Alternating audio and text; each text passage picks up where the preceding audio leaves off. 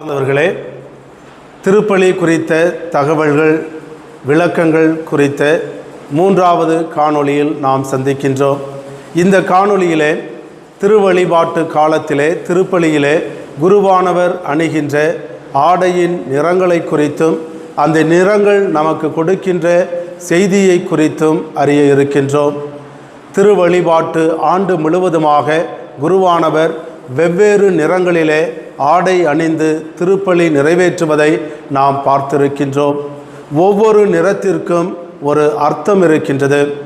குறிப்பாக திரு வழிபாட்டு ஆடைகளின் நிறங்கள் 4 இருக்கின்றது. முதலாவதாக வெண்ணிற ஆடை. வெண்ணிறம் என்பது தூய்மையை குறிக்கின்றது, மகிழ்ச்சியை குறிக்கின்றது. ஆண்டவர் இயேசு கிறிஸ்துவுடைய பெருவிழாக்கள், திருவிழாக்கள், கன்னி மரியாவுடைய பெருவிழாக்கள், திருநாட்கள் போன்ற நாட்களிலே இந்த வெண்ணிற ஆடையை குருவானவர் அணிகின்றார். மேலும் பாஸ்கா காலம் முழுவதுமாக வெண்ணிற ஆடையை அணிந்து குருவானவர் திருப்பலியை நிறைவேற்றுகின்றார். மேலும் மறைசாட்சியாக மரிக்காத மற்ற புனிதர்களுடைய விழா நாட்களிலும் வெண்ணிற ஆடையானது அணியப்படுகின்றது.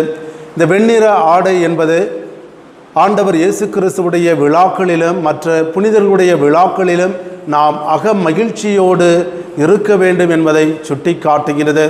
அதே போல புனிதர்களைப் போலவும் கன்னி மரியாவைப் போலவும் ஆண்டவர் இயேசு கிறிஸ்துவைப் போலவும் நாம் தூய்மையான உள்ளத்தோடு பரிசுத்தமான மனநிலையோடு வாழ வேண்டும் என்பதையும் இது சுட்டி காட்டுகின்றது.